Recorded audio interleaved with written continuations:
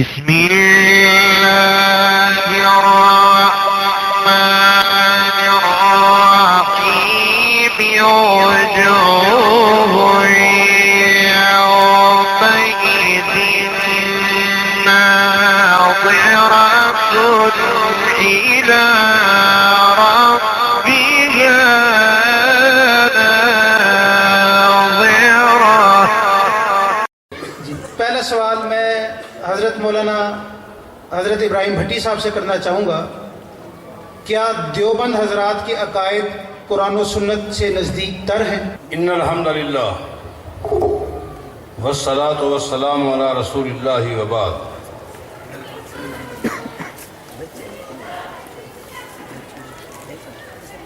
ابھی ہم نے محترم الشیخ مبشر احمد ربانی حافظہ اللہ کے حوالے سے سنا.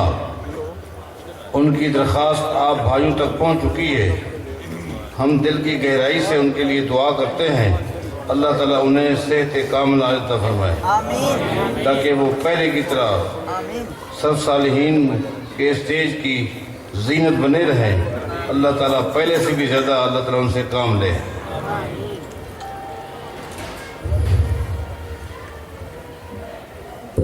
میرے شیخ جن کا تعلیم تربیت اور مجھے صحیح منہج دینے میں ایک مرکزی ہاتھ ہے وہ ہے سید ابو محمد بدیع الدین شاہ راشدی رحمہ اللہ. ان سے ایک شخصیت کے حوالے سے سوال کیا گیا. کراچی کا ایک حلقہ ہے موسیٰ لین, میں وہاں بیٹھا تھا اور ان سے پوچھا گیا کہ فلاں عالم وہ توحید بیان کرتا ہے اور خالص توحید بیان کرتا ہے, اگر آپ کے ساتھ ان کی ایک نشست ہو جائے تو وہ کھل کر اعلان بھی کر دے گا. شاہ صاحب رحمہ اللہ نے فرمایا کہ جاؤ اس سے ایک سوال کرو, اس کی توحید کا پتہ چل جائے گا. اس سے جا کر پوچھو این اللہ, اللہ کہاں ہے, اللہ کہاں ہے. توحید کا پہلا سوال, توحید جو دین اسلام کا پہلا چیپٹر ہے, اس پہلے چیپٹر کا پہلا سوال یہ ہے کہ اللہ تعالیٰ اپنی ذات کے لحاظ سے کہاں ہے. اور یہ بات ذہن نشین کر لیں, یہ سوالات کی نشست ہے. جو توحید کے اس پہلے چیپٹر کے پہلے سوال میں فیل ہے وہ پوری توحید میں فیل ہے. آپ نے جن حضرات کا نام لیا ہے آپ جائیں پوچھیں کہ اللہ تعالیٰ ذات کے لحاظ سے کہاں ہے, وہ آپ کو یہی جواب دیں گے ہر جگہ.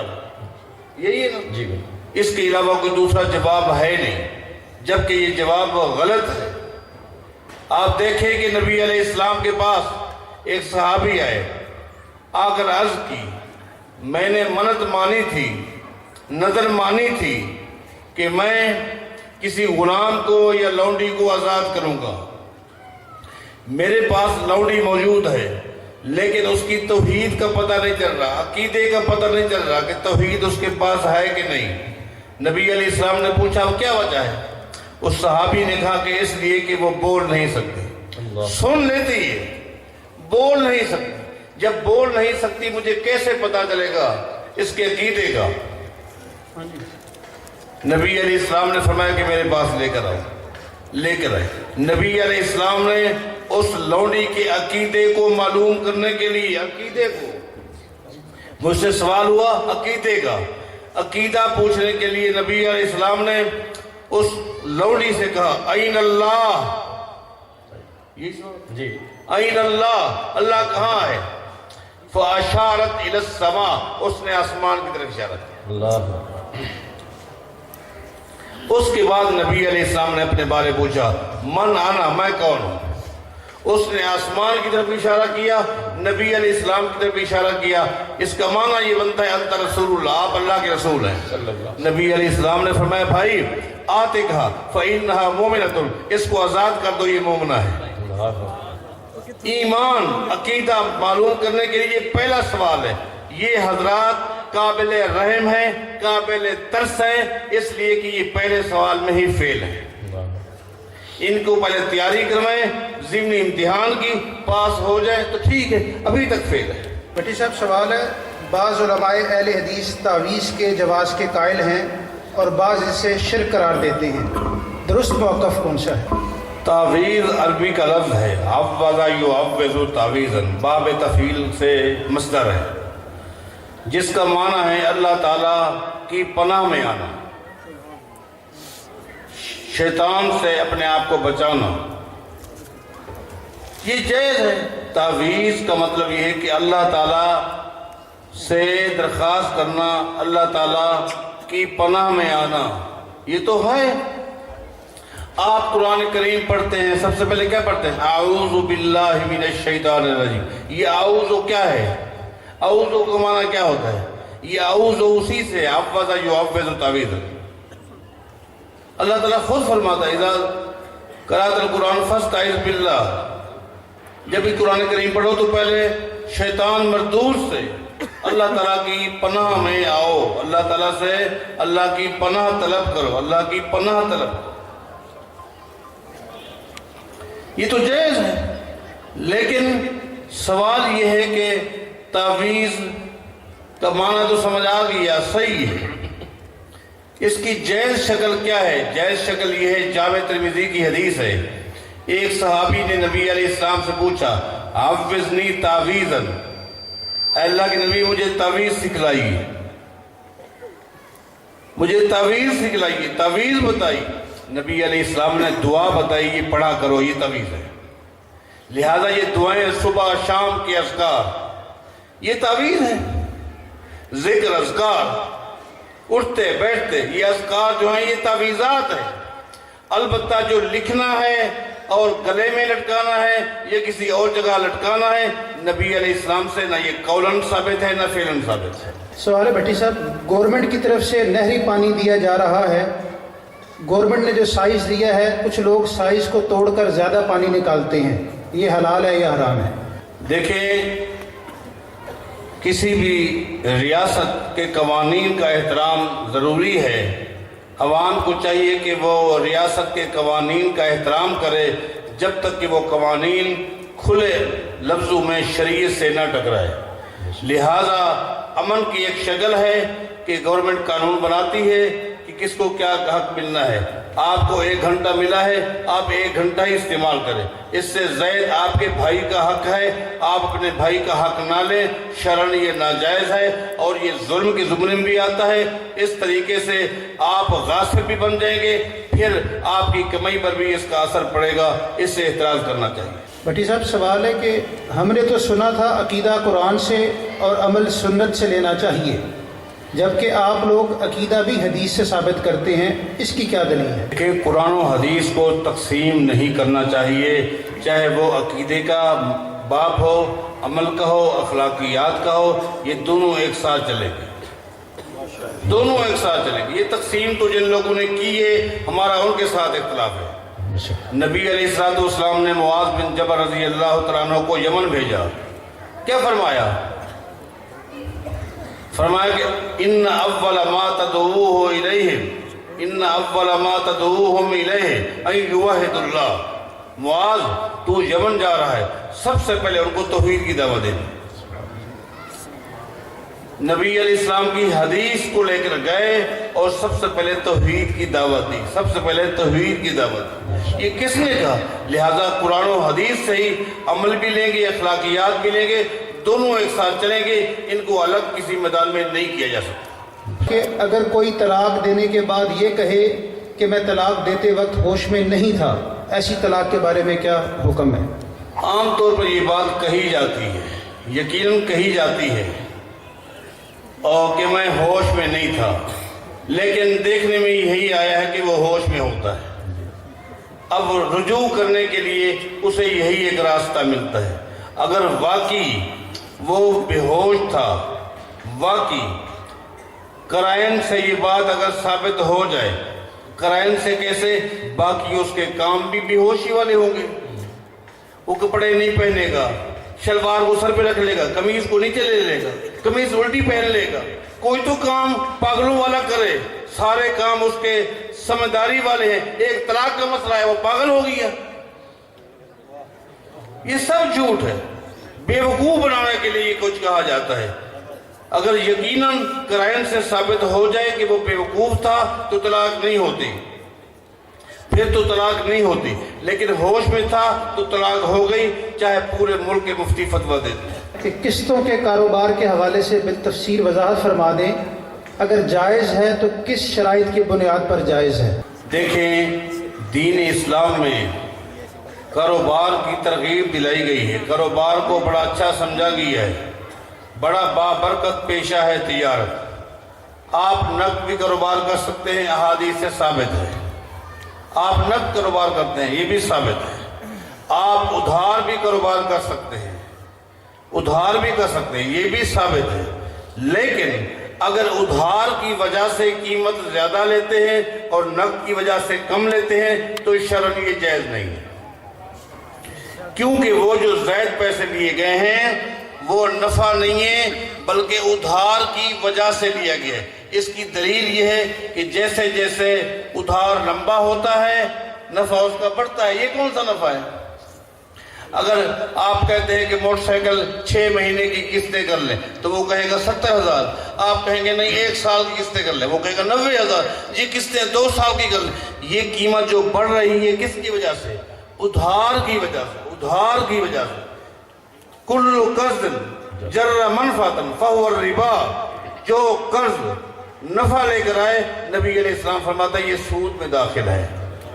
نبی علیہ السلام کا فرمان ہے، ابو داؤد کی حدیث ہے کہ جب چیز کی 2 قیمتیں ہوں، ایک کم ہو اور ایک زیادہ ہو، فَلَهُ أَوْ قَسُمَا أَوِ الرِّبَا، تو جو بڑی رقم ہے وہ سود ہے، جو کم رقم ہے وہ اس کا نفع ہے۔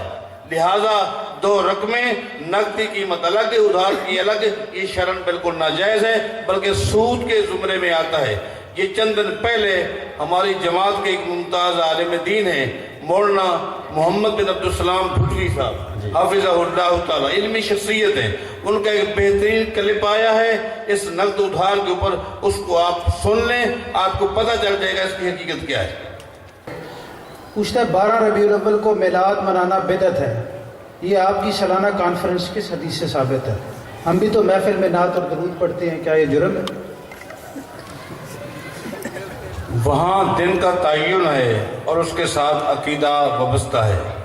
ہمارے کسی پروگرام کے لیے نہ دن کا تعین ہے، نہ تاریخ کا تعین ہے، نہ وقت کا تعین ہے، اور نہ اس پروگرام کے ساتھ کوئی عقیدہ وابستہ ہے۔ یہ ساری چیزوں سے پاک ہے، یہ ایک دعوتی طریقے ہے۔ جب بھی چاہے انی دعوت قومی لیلا و نہارا، رات کو موقع ملے، دن کو موقع ملے، جہاں بھی ملے۔ ہم نے کبھی، آپ کیا سمجھتے ہیں کہ ہمیشہ اسی تاریخ کو ہوتا ہے؟ کبھی کوئی تاریخ ہے، کبھی کوئی دن ہے، کبھی سردی کے دن آتے ہیں، کبھی گرمی کے۔ اس لیے یہ معاملہ دوسرا ہے، وہاں عقیدہ بھی ہے اور تاریخ بھی ہے، اور اس کے ساتھ ان کے نظریات اور نجات کے راستے وہاں مخصوص کیے گئے ہیں جو بدعات پر مبنی ہیں، اور اس کا بدعات سے کوئی تعلق نہیں۔ بعض لوگ کہتے ہیں کہ امام مہدی پیدا ہوگا، بعض کہتے ہیں کہ پیدا ہو چکے ہیں، جبکہ بعض کہتے ہیں کہ امام مہدی کا اسلام سے کوئی تعلق ہی نہیں۔ درست بات کی وضاحت کر دیں۔ جو حضرات کہتے ہیں کہ امام مہدی پیدا ہو چکا ہے ان کے پاس کوئی دلیل نہیں ہے۔ جو لوگ کہتے ہیں کہ امام مہدی کا دین اسلام کے ساتھ کوئی تعلق نہیں ہے، ان کی آمد کے بارے کچھ بھی نہیں ہے، وہ بھی جہل مطلق ہیں، ان کا شریعت کے علوم کے ساتھ کوئی تعلق نہیں ہے۔ صحیح منہج یہ ہے کہ امام مہدی آئیں گے۔ قیامت کی نشانیوں میں سے ایک نشانی یہ بھی ہے کہ امام مہدی تشریف لائیں گے۔ آپ اور بھی نہ پڑھیں تو خالی ابو داؤد کا مطالعہ کر لیں، آپ کو ساری احادیث مل جائیں گی امام مہدی کے حوالے سے، اور نبی علیہ السلام نے واضح کر دیا۔ اور یہ جو آئیں گے امام مہدی سیدنا حسن رضی اللہ تعالیٰ عنہ کی اولاد میں سے ہوں گے۔ نبی علیہ السلام کے نام پر ان کا نام ہوگا، ان کی ولدیت نبی علیہ السلام کی ولدیت پر ہوگی۔ یہ ساری باتیں نبی علیہ السلام نے بتا دی ہیں۔ اور محدثین نے ایک اہم ترین نقطہ بھی بیان کیا ہے کہ سیدنا حسن رضی اللہ تعالیٰ عنہ نے امت کو اختلاف سے بچانے کے لیے اپنی امامت کی قربانی دی تھی۔ اللہ تعالیٰ نے قیامت کے دن تو جو بدلہ دینا ہے سو دینا ہے، دنیا کے اندر بھی اللہ نے یہ بدلہ دینا ہے کہ انہی کی اولاد میں سے ایک شخص آئے گا جن کی امامت پوری دنیا میں مانی جائے گی۔ احادیث صحیحہ سے ثابت ہے۔ بھٹی صاحب، کیا یہ بات درست ہے کہ اللہ تعالیٰ نے سب سے پہلے اپنے نبی کے نور کو پیدا کیا؟ یہ سوال ہی غلط ہے۔ یہ سوال اس لیے غلط ہے کہ نبی علیہ السلام نور نہیں تھے بلکہ بشر تھے۔ قل انما انا بشر مثلکم یوحی الیہ، اللہ نے فرمایا آپ اعلان کر دیں میں تم جیسا بشر ہوں، تم جیسا، جس طرح تمہارا نسب نامہ ہے آدم علیہ السلام تک پہنچتا ہے، میرا بھی نسب نامہ ہے وہاں تک پہنچتا ہے۔ تمہاری اولاد ہے، میری بھی اولاد ہے، کھانا پینا اٹھنا بیٹھنا میں تمہاری طرح انسان ہوں۔ فرق یہ ہے کہ یوحی الیہ، میرے پاس وحی آتی ہے، تم میں سے کسی کے پاس وحی نہیں آتی۔ میری بات دلیل ہے، حجت ہے، دین ہے، تم میں سے کسی کی بات نہ حجت ہے، نہ دلیل ہے، نہ دین ہے۔ لہذا یہ سوال ہی غلط ہے کہ نبی علیہ السلام کے نور کو اللہ نے سب سے پہلے پیدا کیا، آپ تو ہیں ہی بشر۔ البتہ یہ اگر آپ پوچھتے ہیں کہ سب سے پہلے اللہ نے کس چیز کو پیدا کیا، تو تین چیزوں کا احادیث میں ذکر ملتا ہے، ایک پانی کا، ایک عرش کا، ایک قلم کا۔ بھٹی صاحب، سوال ہے، پہلی شادی ہوئی، طلاق ہو گئی، حق المہر سے مکان ملا اور ایک بچہ بھی موجود ہے، پھر دوسری شادی ہوئی، ادھر سے بھی بچے موجود ہیں، پہلے خاوند سے جو حق المہر کا مکان ہے وہ تمام اولاد کا حق ہے یا صرف اسی بیٹے کا حق ہے جو پہلے خاوند سے اور جس کا حق المہر ہے؟ دیکھنا تو یہ ہے کہ جائیداد کس کی تقسیم ہو رہی ہے۔ جس کی جائیداد تقسیم ہو رہی ہے وہ تقسیم شریعت کے مطابق جب ہوگی تو اس کی اولاد کو سب سے پہلے مقدم سمجھا جائے گا، چاہے اس کی اولاد اس خاوند سے ہو یا پہلے والے خاوند سے ہو، اس کی اولاد ہے، اس کی اولاد ہے۔ اب اس کی جائیداد تقسیم ہو رہی ہے، اب اس کی اولاد جو ہے چاہے کسی بھی خاوند سے، اس کو شریعت کے مطابق جائیداد ملے گی۔ دونوں خامدوں سے اولاد ہے، حق مہر میں جو ملا وغیرہ، یہ بندہ فوت ہو گیا، اب پوری اولاد کو تقسیم کیا جائے گا شریعت کے مطابق۔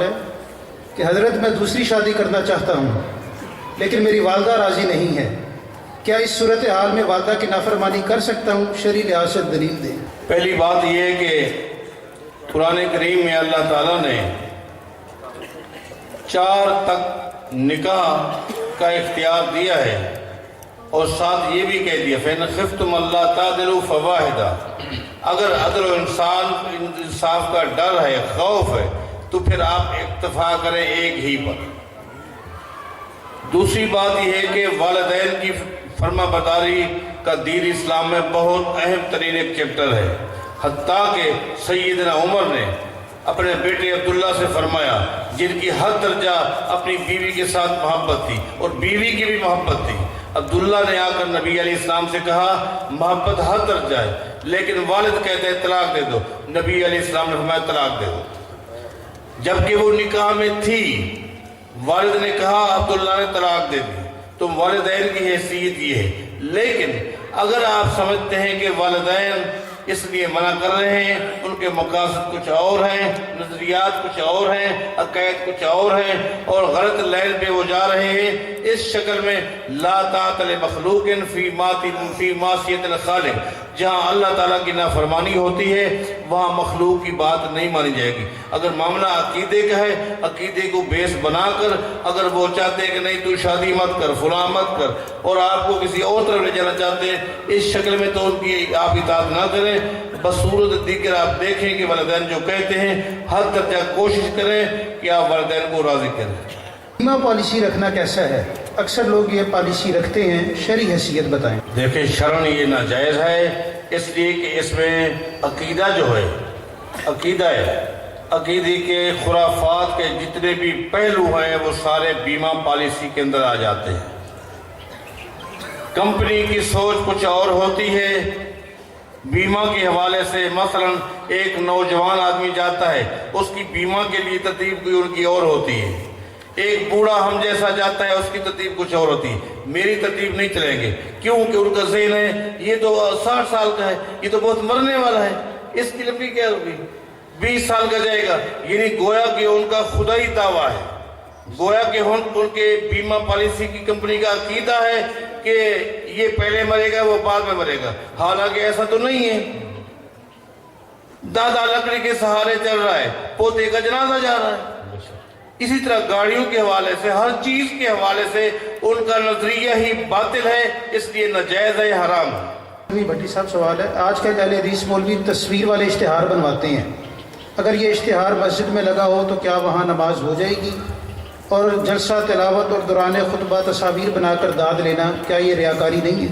حسب آپ نے تمام باتوں کا خود ہی جواب دے دی ہے، اس لیے ہم آگے چلیں تو سب سے بہتر رہے گا پہلی بات یہ کہ مساجد کو تصاویر وغیرہ سے پاک رکھے، اور جو اس طرح کا یعنی داد کا بھوکا ہے وہ اپنے آپ کو ریاکار بنا رہا ہے، اللہ تعالیٰ ریاکاری سے ہمیں محفوظ فرمائے۔ بھٹی صاحب، نکاح ہوا، رخصتی بھی ہو گئی، جبکہ ابھی ملاپ نہیں ہوا تھا، جھگڑے پر طلاق ہو گئی، اس عورت کی عدت کیا ہوگی؟ اگر ملاپ ہے تو عدت ہے، اگر ملاپ ہے تو عدت ہے، اگر ملاپ نہیں ہے تو کوئی عدت نہیں ہے، قرآن کریم میں واضح آتا ہے۔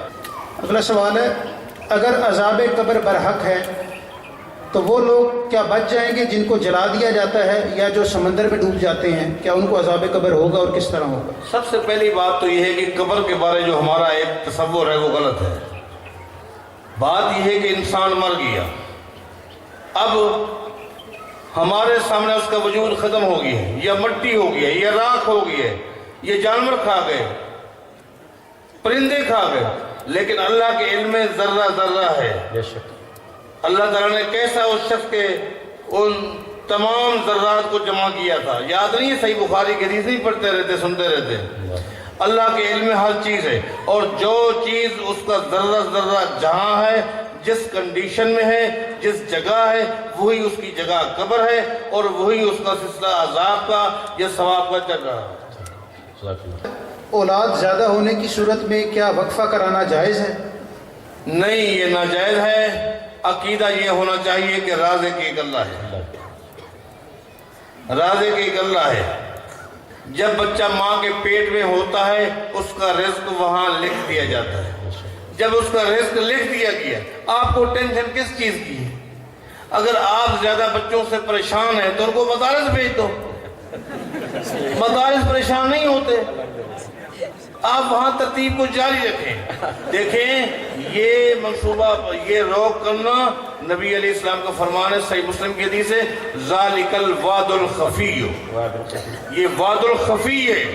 دور جہلیت میں بچیاں پیدا ہوتی تھیں، زندہ بچیوں کو لوگ درگور کر دیتے تھے، زندہ بچیوں کو۔ نبی علیہ السلام نے فرمایا جو اس طرح بچوں کو روکتا ہے تاکہ بچے نہ آئیں تو ذالک الوعد الخفی، گویا کہ یہ ظالم بھی ان معصوم بچیوں کو دفن کر رہا۔ ایک آدمی فالج کا مریض ہے جس کی وجہ سے زبان کام نہیں کرتی، نماز میں صرف اللہ اکبر آتا ہے، وہ نماز کیسے ادا کرے گا؟ کیا اس کی نماز ہو جائے گی؟ سب سے پہلے دعا ہے اللہ تعالیٰ تمام بیماروں کو صحت کام لائے۔ باقی جس کنڈیشن کا آپ نے ذکر فرمایا ہے، اس کنڈیشن میں جو کلمات بھی قیام میں، رکوع میں، سجود میں ان کی زبان سے ادا ہوں گے، انشاءاللہ اللہ تعالیٰ قبول فرمائے گا انشاءاللہ۔ کیا رفع الیدین کے بغیر نماز ہو جاتی ہے؟ اور جو آدمی رفع الیدین نہیں کرتا اس کے پیچھے نماز ہو جاتی ہے؟ واضح کریں۔ بات تو یہ ہے کہ عمل قبول کرنا نہ کرنا یہ میرا کام نہیں ہے، یہ اللہ کا معاملہ ہے۔ کس کا عمل قبول کرتا ہے، وہ کس کا قبول نہیں کرتا، میں تو اپنے بھی کسی عمل کے بارے یقین سے نہیں کہہ سکتا کہ وہ اللہ نے قبول کیا ہے۔ ہاں، شریعت نے ہمیں پابند کیا ہے کہ کوئی بھی کام کریں وہ نبی علیہ السلام کے اسوہ کے مطابق کریں، قرآن و حدیث کے مطابق کریں۔ اگر قرآن و حدیث کے مطابق آپ کام کرتے ہیں، کوئی بھی عمل کرتے ہیں تو قبولیت کی آپ امید رکھیں۔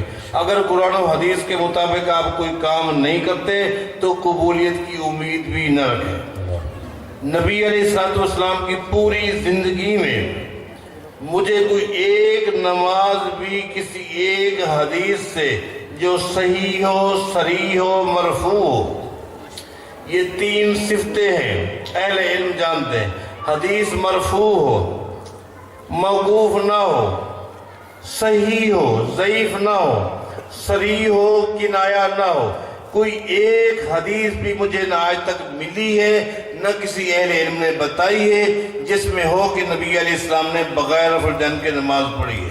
لہٰذا پیغمبر کی سنت کے مطابق نماز پڑھیں اور اس کے بعد قبولیت کی امید رکھیں۔ اور جو شخص نبی علیہ السلام کی سنت کے مطابق نماز نہیں پڑھتا، آپ کوشش کریں کہ اس کو اپنا امام نہ بنائیں۔ اتفاقی معاملہ آتا ہے ایک الگ چیز ہے، اللہ سے توبہ بھی کرے، قبولیت کی امید بھی رکھے، آئندہ نہ کرے، لیکن مستقل بنیاد پر ایسے شخص کو امام بنانا جو میرے پیغمبر کی صورت کی سیرت کی مخالفت کرتا ہے، ایسا شخص امام نہیں بن سکتا۔ بھٹی صاحب سوال ہے، ایک لڑکی نے شادی سے پہلے بدکاری کی، حمل ہو گیا، والدین نے کسی دوسرے لڑکے سے حمل کے دوران شادی کرا دی ہے، اب لڑکا کیا کرے، لڑکی کیا کرے؟ اللہ تعالی ہم سب کو گناہوں سے محفوظ فرمائے۔ آمین۔ یقینی بات ہے کہ جب وہ شخص جس سے نکاح ہوا ہے اس کو پتا تھا کہ یہ پہلے بدکاری کر چکی ہے، لہذا شرعی طریقہ یہ ہے کہ لا ينکح الزانی الا زانی، شریعت کے مطابق یہ ہے، نبی اللہ تعالیٰ فرماتا ہے کہ زانی کا نکاح زانیہ کے ساتھ ہونا چاہیے۔ جس نے بدکاری کی ہے بات واضح ہو چکی ہے، اب چاہیے اسی کے ساتھ اس کا نکاح کرا دیا، دوسرے کا اس کے ساتھ نکاح نہیں ہونا چاہیے۔ اچھا، اگر اس میں یہ صورت ہے کہ اگر پتہ نہیں تھا، لڑکے کو پتہ نہیں لگتا، اگر پتہ نہیں تھا، غیر ارادی اور غیر معلومات کے اس کا نکاح ہو گیا ہے، یقیناً یہ ہے تو گناہ غلط ہے، لیکن بہرحال نکاح ہو گئی ہے۔ بھٹی صاحب نے پچھلا سوال پوچھا تھا، اس سے متصل ساتھی نے پوچھا ہے کہ کیا بدکاری کی وجہ سے جو لڑکی حاملہ ہے اس کا نکاح ہو سکتا ہے آگے اگر والد؟ یہ ہے کہ پھر اس کا، چونکہ وہ تو حمل میں ہے، نکاح جائز ہوگا، اس کا تو حمل ہے، جب وضع عمل ہو جائے گا اس کے بعد نکاح ہوگا، اس کے بعد ہوگا۔ ابھی تو وہ حمل میں ہے۔ عورت کی صحت کے پیش نظر ڈاکٹروں نے بچے پیدا کرنے سے روکا ہے، ایسی صورت میں کیا حکم ہے؟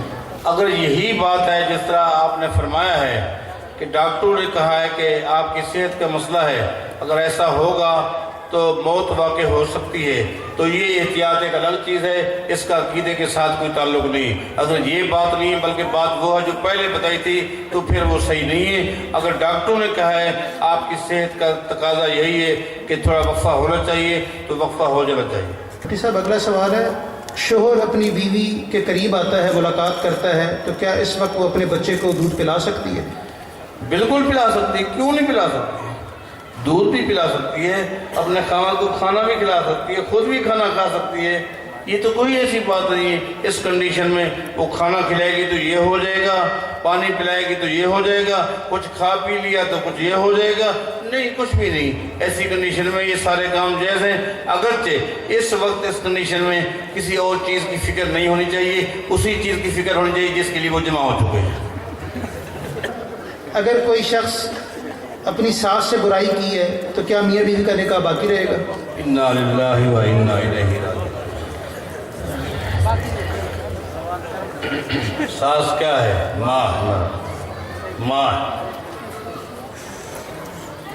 ہے۔ ایسے ظالم کو زمین کے اوپر رہنے کا حق حاصل ہے۔ بس آپ نکاح کے متعلق پوچھتے ہیں، اس کا نکاح رہا نہیں، اس کے وجود کو زمین برداشت نہیں کرتی، اسلام اس کے وجود کو دیکھنا برداشت نہیں کرتی۔ بھٹی صاحب اگلا سوال ہے، تہجد کی اذان کسی صحیح حدیث سے ثابت نہیں، تو کیا اسے بدعت کہہ سکتے ہیں؟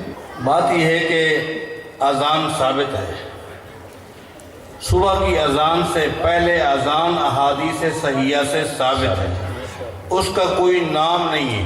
آپ اس کو سحری کی اذان بھی کہہ سکتے ہیں، تہجد کی اذان بھی کہہ سکتے ہیں، اس لیے کہ حدیث میں ان دونوں چیزوں کا ذکر موجود ہے کہ وہ اذان جو ہے، اذان کس مقصد کے لیے، دو مقصد احادیث میں پائے جاتے ہیں، ایک سحری اور ایک تہجد کی نماز، ان دونوں کا ذکر ہے کہ ان دونوں کے لیے یہ اذان ہے۔ ایک کام ہو چکا ہے، دوسرا کر لیں، اس کی فکر کریں. لہٰذا اس کا اگرچہ نام احادیث میں مجھے نہیں ملا، لیکن چاہے آپ اس کو سحری کی اذان کہہ سکتے ہیں، کہے آپ اس کو تہجد کی اذان ثابت ہے، صحیح حدیث سے ثابت ہے. آپ بدعت کہہ سکتے ہیں، یہ سنت ہے. بدعت حسنہ اور بدعت سیئہ کی تقسیم کے حوالے سے آپ کا کیا موقف ہے؟ بدعت ہے، کل بدعت ضلالہ، ہر بدعت گمراہی ہے. بدعت کی تقسیم کہیں قرآن و حدیث میں مجھے نہیں ملی. بدعت ہے جو چیز قرآن و حدیث سے نہیں ثابت، جس کا اصل نہیں ہے. کچھ چیز ایسی ہے جن کا اصل موجود ہے، اس کو بعد میں ایک مستقل ایک شکل دی گئی تو لوگوں نے کہا کہ شاید یہ بدعت حسنہ ہے. ایسی بات نہیں ہے، اس کی اصل موجود ہے. تراویح کے حوالے سے اس طرح کہتے ہیں تراویح کی اصل موجود ہے، اصل موجود ہے. نبی علیہ السلام نے پڑھی، جس کی اصل موجود ہے وہ بدعت نہیں ہو سکتی، اس کو بدعت حسنہ نہ کہیں، وہ نبی علیہ السلام سے ثابت ہے. لہذا یہ تقسیم ہی باطل ہے. کہ آن لائن انویسٹ کر کے پیسے کمانا، مثلا بٹ کوئن ہے، فوریکس ٹریڈنگ ہے، ڈالر کی آن لائن خرید و فروخت ہے، جس میں خریدار اور بیچنے والا واضح نہیں ہے، تو اس صورت میں کاروبار کرنا کیسا ہے اور اس کے منافع کے بارے میں کیا حکم؟ آپ نے خود ہی فرما دیا کہ نہ مبیع کو پتہ ہے نہ مشتری کو پتہ ہے، نہ خریدار کو پتہ ہے میں کیا چیز خرید رہا ہوں، نہ بیچنے والے کو پتہ ہے کہ میں کیا چیز بیچ رہا ہوں. جب پتہ ہی نہیں ہے تو یہ کون سی بے ہے؟ یہ بے مجہول ہے، مجہول ہے. جب مجہول بے ہوتی ہے وہ شرعاً وہ باطل ہے، اس کی کوئی حیثیت نہیں. 70 سالہ ایک بزرگ اپنی بیوی کو طلاق دے چکے ہیں. اب بیوی بھی کہتی ہیں کہ اس نے مجھے طلاق دی، جوان اولاد بھی کہتی ہے کہ طلاق دی، جبکہ بزرگ کا موقف ہے کہ میں نے نہیں دی. کیا یہ طلاق ہوگی کہ نہیں ہوگی؟ اب بابا کی نہیں چلے گی، اس لیے کہ پورا گھرانہ کہہ چکا ہے اس نے طلاق دی ہے، اب طلاق ہو گئی. تم شیخ قضائے عمری کی نمازوں کے بارے میں احادیث کی روشنی میں وضاحت فرما دیں. دیکھیں بات یہ ہے کہ جب انسان توبہ طائب ہو جائے تو بس بات ختم. آئندہ کے لیے وہ اللہ کے ساتھ پکا وعدہ کرے کہ میں نماز نہیں چھوڑوں گا. لیکن اگر کوئی شخص کہتا ہے کہ نہیں، آپ کو گزشتہ جو نمازیں آپ نے 2 سال 6 سال 20 سال نہیں پڑھی، وہ پڑھنی ہوگی، وہ فرائض تھے، تو پھر روزے بھی تو رکھنے پڑے گے نا. 10 سال 20 سال جو اس نے روزے نہیں رکھے، جو اس نے 20 سال زکوٰۃ نہیں دی، باقی فرائض کے بارے کیا کہے گے؟ اس لیے جب بندے نے توبہ کر لی تو بات ختم ہو گئی. آئندہ کی فکر کرے، اس پر وہ توبہ کر چکا ہے، اللہ تعالیٰ معاف فرمائے گا. کیا نظر کا لگنا برحق ہے؟ نظر لگ سکتی ہے؟ ہاں نظر لگ سکتی ہے. العین حق، صحیح بخاری کی حدیث ہے، نظر حق ہے، لگ سکتی ہے. اب ایک تفصیل ہے، نظر کس کی جلدی لگتی ہے، کس کی بعد میں لگتی ہے، نظر کی کہانی کیا ہے، نظر کا حل کیا ہے، یہ ایک تفصیلی بات ہے. نظر پر حق ہے، نظر لگ جاتی ہے، تفصیل علماء کرام سے معلوم کر لینا. منہ بولے بیٹے کی ولدیت اور جائیداد کے حصول کی وضاحت کر دیں کہ وہ بچہ کس کا وارث ہوگا اور کس کی جائیداد میں وارث ہوگا. منہ بیٹا جو بچہ ہے نا، وہ منہ بیٹا بوٹا ہی ہے، خالی ٹھیک ہے، وہ آپ کا بیٹا نہیں ہو سکتا. آپ نے اس کو بیٹا بنا رکھا ہے، آپ اس کو جس چیز کا مستحق سمجھتے ہیں اپنی جائیداد میں سے اس کے ساتھ تعاون بھی کریں، کاروبار بھی، شادی وغیرہ بھی، لیکن وہ آپ کا بیٹا نہیں ہے، اس کو وارث مت سمجھیں. وارث وہی ہے جس کی ولدیت آپ کے ساتھ ہے. اس کی ولدیت آپ کے ساتھ آئے گی تو شرعاً یہ بہت بڑا جرم ہے، بلکہ کبیرہ گناہ ہے. کیا مرد کی شلوار ٹخنے سے نیچے چلی جائے تو وضو ٹوٹ جاتا ہے؟ دیکھیں بڑی وعید ہے، مرد کی شلوار ٹخنے سے نیچے نہیں جانی چاہیے. جو حصہ نیچے گیا وہ جہنم کا حصہ ہے. بڑی سخت وعید ہے، بڑی سخت وعید ہے. اتنی بڑی اہمیت ہے کہ امیر عمر کا جب آخری وقت تھا اور ایک نوجوان تیمارداری کے لیے آیا تو سیدنا عمر نے جب وہ جا رہا تھا تو فرمایا ردوا علی الغلام، اس بچے کو، نوجوان کو دوبارہ لاؤ. جب دوبارہ آیا امیر عمر کیا فرمایا ارفع ازارک، اپنے تہ بند کو اوپر کر لے. صحیح بخاری میں آتا ہے. اس کی بڑی اہمیت ہے.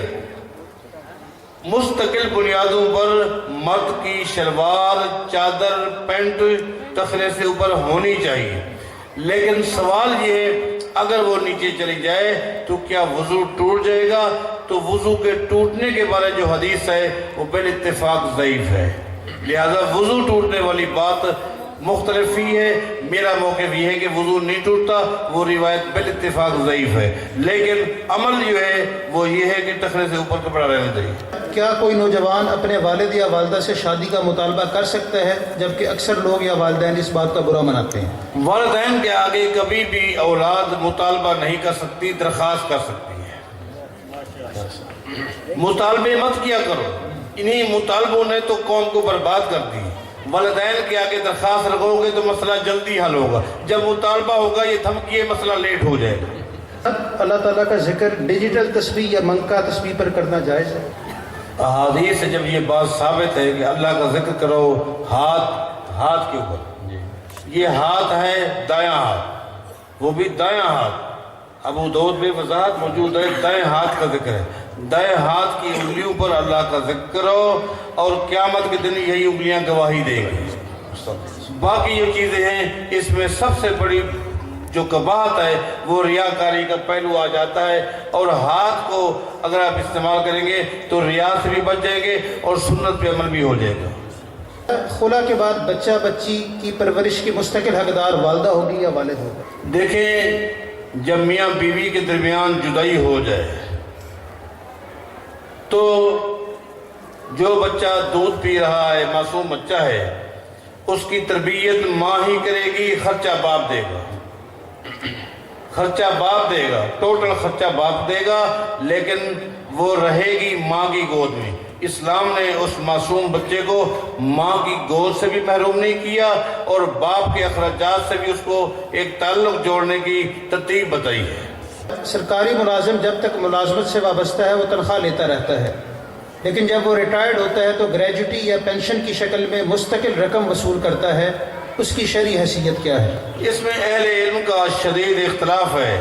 بعض اہل علم کا موقف یہ ہے یہ ایک تعاون کی شکل ہے جو گورنمنٹ اپنے ملازمین کے ساتھ تعاون کرتی ہے، بعض کہتے ہیں کہ نہیں اس میں سود بھی شامل ہوتا ہے۔ تو جو شکل سود کی ہے، جیسے جی پی فنڈ ہے، جی پی فنڈ جو ہے وہ 4 گنا کر کے حکومت دیتی ہے، اس کے اندر واضح کلیئر لکھا ہوا ہے، اس میں جو چیز وہ شامل کرتے ہیں وہ سود ہی ہے، چاہے اس کو نہ ہی کرے۔ اس لیے ملازم کو چاہیے اس کو پتہ چل جائے تو شروع سے ہی اس کٹوتی سے اپنے آپ کو بچائے، اور اگر نہیں بچا سکتا تو آخر میں یہ سمجھے کہ 1/4 میرا ہے اور باقی جو 3 حصے ہیں وہ میرے نہیں۔ لیکن جہاں تک معاملہ پینشن کا ہے تو پینشن گورنمنٹ کا ایک تعاون ہے ملازم کے ساتھ، وہ اس کو لینی چاہیے۔ اللہ تعالیٰ ایک حکومت کے ذریعے اس کے ساتھ ایک تعاون کر رہا ہے، لیکن اس میں بھی اہل علم کے اختلافات ہیں، جس طرح میں نے آپ کو اشارہ کر دیا۔ کہ آج کل جدید فتنہ پھیل رہا ہے کہ نبی کریم پر جادو نہیں ہوا تھا یا نہیں ہو سکتا۔ ان کا دعویٰ ہے کہ فلک اور ناس مکی ہیں جبکہ جادو مدنی زمانے کی بات ہے، اس بارے میں وضاحت کر دیں۔ احادیث صحیحہ سے یہ بات ثابت ہے کہ جادو نبی علیہ السلام پر ہوا تھا، لیکن جو لوگ کہتے ہیں اگر جادو ہوا تھا تو جادو کے دورانیہ میں جو وحی نازل ہوئی ہوگی، جو احکام نازل ہوئے ہوں گے، ان کا کیا بنا ہوگا؟ اصل ان کا اختلافی نقطہ یہ ہے، جبکہ احادیث صحیح میں جو بات ثابت ہے اور وہ یہ ہے جو نبی علیہ السلام پر جادو ہوا اور جادو کرنے والے کا جو مقصد تھا وہ بھی، اور نبی علیہ السلام نے بھی اس جادو کا جو آپ پر اثر ہوا وہ ایک ہی نقطہ تھا، ایک ہی نقطہ ہے حدیث میں ہے، وہ یہ ہے نبی علیہ السلام پہلے کبھی سمجھتے تھے کہ میں اپنی بیوی کے پاس گیا ہوں، حالانکہ آپ نہیں گئے ہوتے، اور وہ بھی یہی چاہتے تھے۔ اس کے علاوہ اور کوئی بھی نقطہ نہیں ہے، آپ کے حافظے پر، شرعی احکام پر کوئی ایک نقطہ بھی کہیں نہیں ملا، صرف ایک ہی بات تھی کہ آپ سمجھتے تھے کہ میں گیا تھا اپنی بیوی کے ہاں، حالانکہ آپ نہیں گئے ہوتے تھے، اور یہی ایک بات تھی، یہی ایک اثر تھا، اس کے علاوہ پر کوئی اثر نہیں پڑا۔ اس کی مزید تفسیر ہے، لیکن احادیث صحیحہ میں، بخاری میں، مسلم میں ثابت ہے کہ نبی اسلام پر جادو ہوا تھا۔ بھٹی صاحب یہ سوال بڑا اہم ہے کہ ترمذی شریف میں روایت ہے کہ ایک صحابی نے مردے کو قبر میں سورۃ الملک کی تلاوت کرتے سنا اور آ کر نبی پاک کو بتلایا، آپ نے سورہ ملک کی فضیلت بیان فرمائی، اس سے معلوم ہوا کہ نیک لوگ قبر میں قرآن کی تلاوت کرتے ہیں۔ دیکھیں سورہ ملک کی ایک شان ہے، ایک فضیلت ہے، مقام ہے، اس میں کوئی شک نہیں۔ قرآن سورہ ملک کے پڑھنے کا ثواب، اجر، اس کی فضیلت احادیث صحیحہ میں موجود ہیں، وہ یقینی بات، لیکن جو روایت ترمذی کے حوالے سے پیش کی گئی ہے اس کو دنیا کسی ایک محدث نے بھی صحیح نہیں کہا، یہ بال اتفاق ضعیف ہے۔ کیا حرام جانوروں کی خرید و فروخت جائز ہے؟ قرآن و سنت کی روشنی میں جواب دیں۔ دیکھیں جی، بعض جانور ایسے ہیں جو حرام ہیں لیکن احادیث سے ثابت ہے، جیسے گدھا ہے۔ گدھا ایک حرام جانور ہے، حلال نہیں ہے، لیکن خرید و فروخت ثابت ہے۔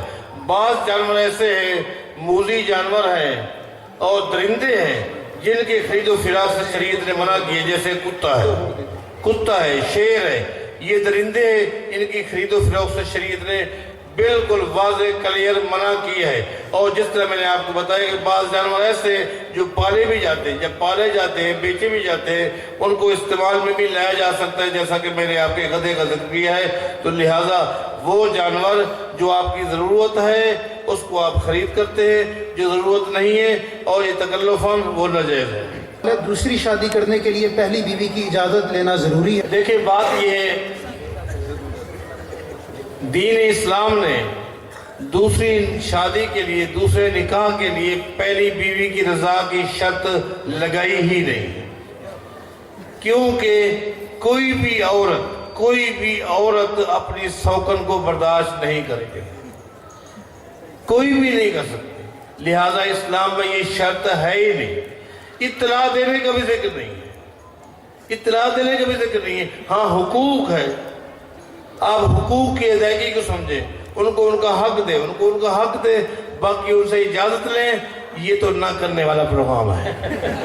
آخری سوال، باپ اور بڑے بھائی کی موجودگی میں اگر کوئی عورت اپنے چھوٹے بھائی کو ولی بنا کر نکاح کرے تو کیا یہ نکاح ہو جائے گا؟ گزارش یہ ہے کہ باپ کے ہوتے ہوئے بھائی چھوٹا ہو یا بڑا ہو ولی نہیں بن سکتا۔ ولی کی ایک ترتیب ہے، باپ جب موجود ہے وہی ولی ہے، کسی اور کو ولی بنا کر نکاح کریں گے تو نکاح نہیں ہوگا۔ بہت شکریہ جی، آج کے اس نشست کا اختتام ہوتا ہے۔ میں شکریہ ادا کرتا ہوں۔ سبحانک اللہم و بحمدک، اشہد ان لا الہ الا انت، استغفرک۔